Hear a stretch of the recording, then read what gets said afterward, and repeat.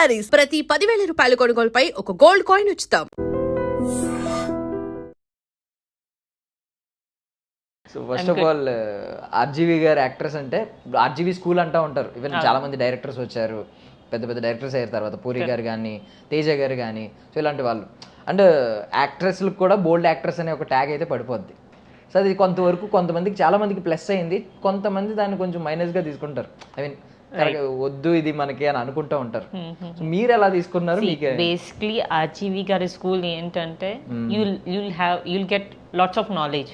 It's like ఆయన చెప్తా ఉంటారు, మనం వినే ఓపిక మనకు ఉండాలి. So he has that much knowledge. దానివల్ల ఆర్జీవి గారి స్కూల్ అనే ఇది వచ్చింది. బోల్డ్ అంటారా? It depends. బోల్డ్ అనే దాని మీనింగ్ మనం మార్చాము. బోల్డ్ అంటే ఏంటి, మనకి లోపల ఏది అనిపిస్తే అది మాట్లాడడం, ఏది కరెక్ట్ అనిపిస్తే అది మాట్లాడడం వితౌట్ ఎనీ మాస్క్. సో అది కదా బోల్డ్ అంటే. బట్ దెన్ మనం దాని పేరు మార్చాము, అది వేరే విషయం. అవును, ఇప్పుడు బోల్డ్ అంటే అందరూ ఏమనుకుంటున్నారంటే ఐ మీన్ ఎక్స్పోజింగ్ చేయగలిగితే బోల్డ్ అని అంతే. అవును, అవుతున్నారు.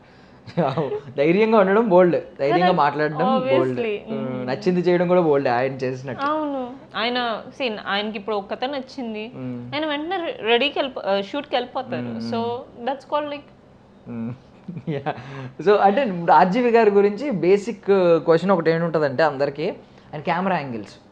సో మీరు చాలా మంది వర్క్ చేశారు కాబట్టి కంపేర్ చేసుకుంటే ఆర్జీవి గారి కెమెరా యాంగిల్స్కి మిగిలిన కెమెరా యాంగిల్స్కి డిఫరెన్స్ ఏం కనిపించింది? అంటే he has lot of knowledge in camera also. ఒకవేళ డిఓపి గారు లేదు ఇలా పెడదామంటే లేదు ఇలా ట్రై చేయండి అని డిఓపి గారికి కూడా సజెస్ట్ చేసే నాలెడ్జ్ ఆయనకు ఉందంటే ఆయనకన్నా ఒక మెంట ఎక్కువ చదువుకున్న లైక్ టు లెర్న్. సో అంటే మోస్ట్లీ కాళ్ళ దగ్గర మిగిలిన సెట్స్ లో మీరు అబ్జర్వ్ చేసి ఉంటారు అలా. అవును అవును, వేరే ఏ సెట్స్ లో పెట్టరు. ఓన్లీ కరోనా వైరస్ లో కూడా ఆల్మోస్ట్ లో యాంగిల్స్ చాలా ఉన్నాయి. కెమెరామెన్ అంటే పడుకుంటాడా కింద? పడుకుని మేము కూడా పడుకుని ఎలా చూడాలా అనుకుంటాం, మొత్తం ఫ్రేమ్స్ అన్ని అవే ఉంటాయి. సో కోవిడ్ టైంలో ఐ మీన్ లాక్డౌన్ టైంలో షూట్ చేసిన సినిమాల్లో ఇది ఒకటి, చాలా తక్కువ ప్రాజెక్టులు అప్పుడు షూట్ అయినవి, ఇది ఒకటి. మీరు అప్పట్లో ఏం తీసుకున్నారు సేఫ్టీ మెజర్స్? అక్కడ ఒకే ఇంట్లో జరిగిపోద్ది, ఇంట్లో జరుగుతుంది. మేము సినిమాలో చూసినట్టు లాంగ్ డిస్టెన్స్ సినిమాలో మెయింటైన్ చేస్తాము. సో ఆబ్వియస్లీ కరోనా వైరస్ గురించే సినిమా కాబట్టి మేము తీసుకునే వాళ్ళము. అలానే we use to wear mask after the shot అయిపోయిన తర్వాత. ఓన్లీ ప్రాబ్లం అయ్యేది ఎవరికి అంటే క్రూ వాళ్ళకి. లైట్స్ పెట్టడానికి వేరే పక్కనే ఉండాలి, సో వాళ్ళకి కొంచెం ప్రాబ్లం అయింది. But then we took almost all the safety measures. So చాలామంది తెలుగు అమ్మాయిలు ఎందుకు యాక్ట్రెస్లు, హీరోయిన్స్, పెద్ద పెద్ద స్టార్ హీరోయిన్స్ అవ్వట్లేదు అనే ఒక క్వశ్చన్ మార్క్ ఉంది. దానికి ఆన్సర్స్ అంటే చాలామంది చెప్పుకునేవి ఏంటంటే కవర్ అప్ చేసుకోవడానికి మన వాళ్ళు ఇంట్లోంచి పంపించరని ఒకటి, ఇళ్ళలో పంపించరు, ఒప్పుకోరని. లేదు వచ్చినా కూడా కొంచెం సెన్సిటివ్గా ఉంటారు, అంత డేరింగ్గా ఉండరని కొంతమంది.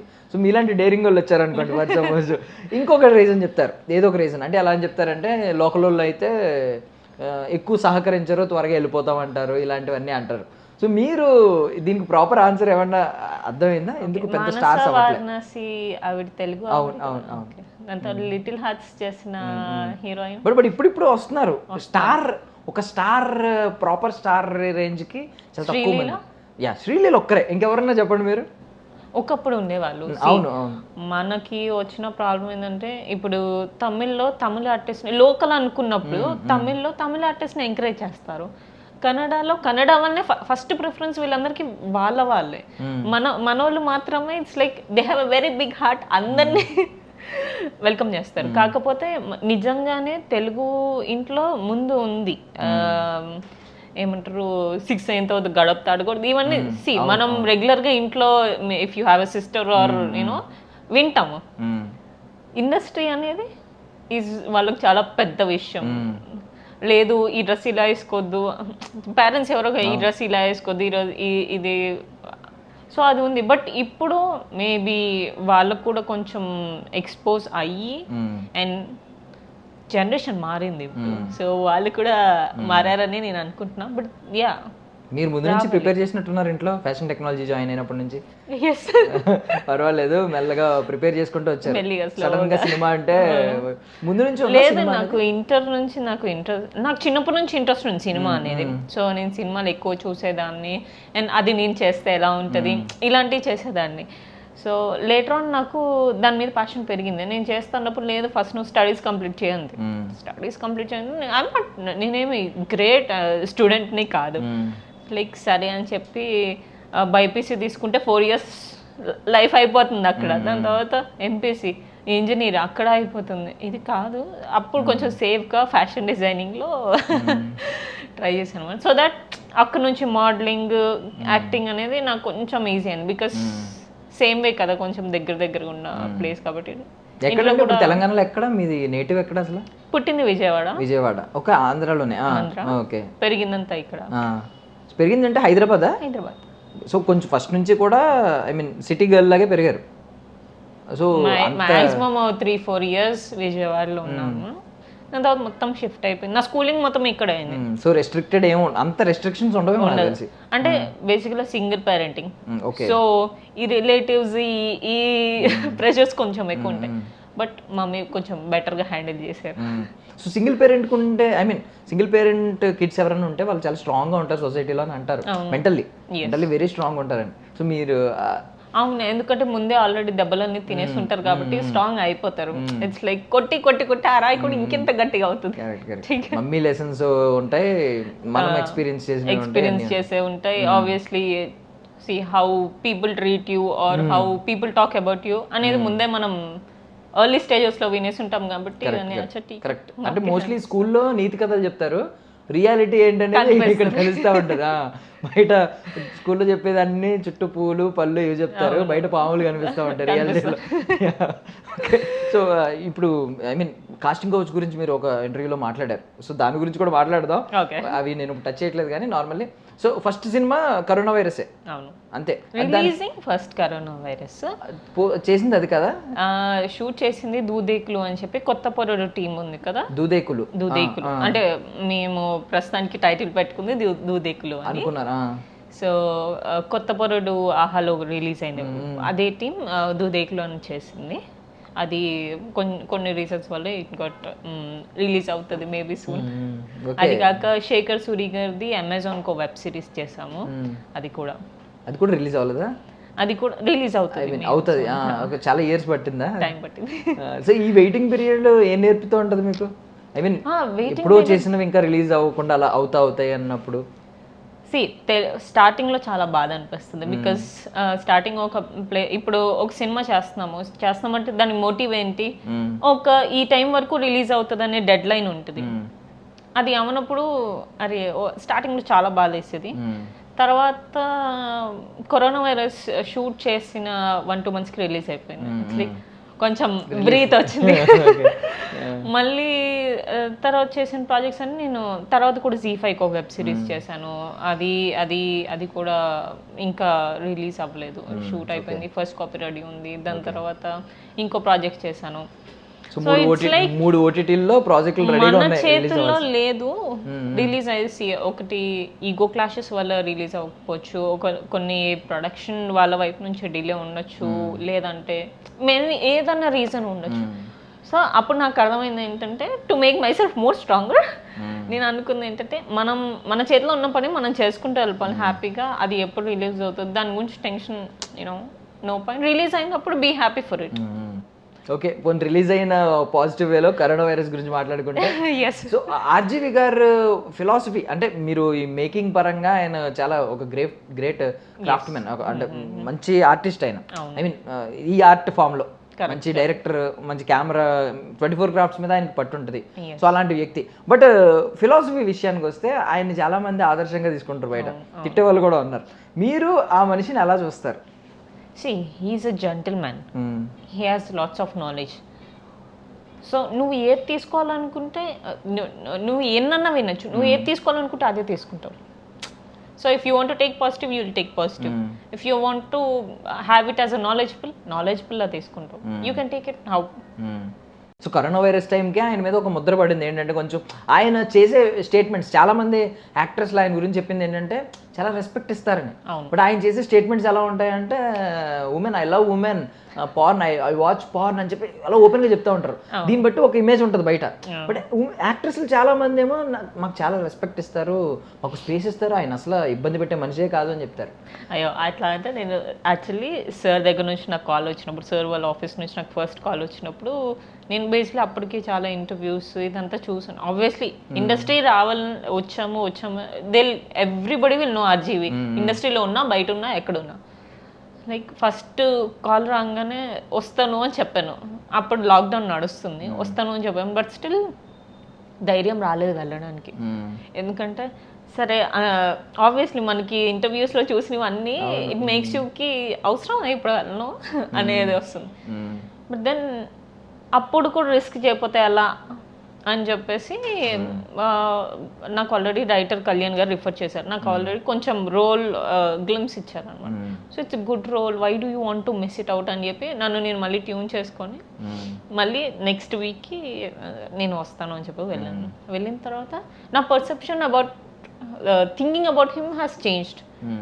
హీ హ్యాస్ లాట్స్ ఆఫ్, అంటే ఒక విమెన్కి ఇవ్వాల్సిన రెస్పెక్ట్ హీల్ గివ్. సో ఒక ఆర్టిస్ట్ని ఎలా ట్రీట్ చేయాలి, ఇట్స్ నాట్ లైక్ కొత్త వాళ్ళు వచ్చారు కదా వీళ్ళని ఎలా, ఇది కాదు, will give the same respect. So okay okay so అందరూ పాజిటివ్గా చెప్తూ ఉంటారు ఇది అంటే మేబీ ఆయన మీడియాలో, maybe I'm not sure, maybe ఆయన మీడియాలో మాట్లాడిందంటే పోర్ట్రేట్ చేసుకుంటే అట్లీస్ట్ ఒకవేళ వచ్చిందో ఒకవేళ కొంచెం అటు ఇటు ఉన్నదా దిల్ బి ఓకే అని చెప్పి అనుకుంటారు. కొంతమంది అన్నారు కదా ఈ మధ్య ఇది నా చాయిస్ అని. ఆయన చాయిస్ ఏంటంటే ఆయన అలా పోర్ట్రేట్ చేసుకుంటున్నారు అంతే. జెంటిల్మెన్, మీరు స్టార్టింగ్ అన్న word gentlemen. Nice. So industry గురించి మాట్లాడుకుంటే నార్మల్లీ ఇండస్ట్రీలో ఉండాలంటే టాలెంట్ ఉంటే సరిపోద్దా, బ్యాక్గ్రౌండ్ కూడా అవసరం అని మీరు అనుకున్నారు ఎప్పుడైనా? స్టార్టింగ్లో అనిపించింది, బికాస్ టైం పట్టింది అండ్ కొంచెం డిలే వల్ల టైం పట్టింది కాబట్టి అనిపించింది. బట్ లేటర్ ఆన్ ఇప్పుడు ఎంత యూనో బ్యాక్గ్రౌండ్ ఉన్నా కానీ సినిమా స్టోరీ ఎంచుకునేది వాళ్ళ చేతిలో. ఒకవేళ సినిమా రిలీజ్ అయ్యి ఫ్లాప్ అవుతే వాళ్ళకి కొన్ని ఇయర్స్ పడుతుంది. సో వాళ్ళకి కొంచెం ఈజీగా రావచ్చేమో ఆపర్చునిటీ, బయట వాళ్ళకి కొంచెం టఫ్ ఏమో. బట్ దెన్ వచ్చిన తర్వాత హౌ ఇట్ గోస్ అనేది ఎవరి చేతుల్లో లేదు. సో ఇట్స్ లైక్, సో మీరు మీ ఎర్లియర్ డేస్కి ఇప్పటికీ ఉన్న మీ పారామీటర్స్ ఉంటాయి కదా, మీరు స్క్రిప్ట్ని సెలెక్ట్ చేసుకునే పారామీటర్స్ మారినాయా? ఆబ్వియస్లీ మారినాయి. ఎలా స్టార్టింగ్లో నేను ఓన్లీ డైరెక్టర్ ఎవరు, ప్రొడ్యూసర్ ఎవరు, లేకపోతే ఓకే ఇంతవరకే చూసేదాన్ని. ఇప్పుడు స్క్రిప్ట్, ప్రాపర్గా స్క్రిప్ట్, నా రోల్ ఎంతవరకు, బికాస్ స్టార్టింగ్లో మనకు తెలిసిన ఓన్లీ గ్లామర్, ఇండస్ట్రీ అని మనకు తెలిసిన ఓన్లీ గ్లామర్ కాదు, it's beyond that. No, Sai Pallavi గారు బ్రిలియంట్ పర్ఫార్మర్, నిత్య మేనన్ గారు. So I want be something like that end of the day, like coming next 5 yearsలో. సో గ్లామర్ విషయానికి వస్తే మన రాఘవేంద్ర రావు గారు, ఆయన విషయం, ఆయన హీరోయిన్ని ఎంత అందంగా చూపించాలో అంత అందంగా చూపించడానికి 100% పెడతారు ఆ క్యారెక్టరైజేషన్ని. కొన్ని క్యారెక్టరైజేషన్స్ అతిలోక సుందర క్యారెక్టర్ తీసుకుంటే ఇంకా అందంగా చూపించవచ్చు. కొన్ని లోకల్ గర్ల్ని, విలేజ్ గర్ల్ని తీసుకున్నప్పుడు ఎక్కడ ఎంతవరకు చూపించాలి అని అంతవరకు చూపిస్తారు. మిమ్మల్ని మీకు ఆయనతో ఉన్న వర్కింగ్ ఎక్స్పీరియన్స్లో మీకు అర్థమైంది ఏంటి? మీకు ఆయన ఇచ్చిన మిమ్మల్ని ఎలివేట్ చేసిన విధానం ఎలా అనిపించింది? బేసిక్గా దట్స్ అ ట్రావెలింగ్ స్టోరీ.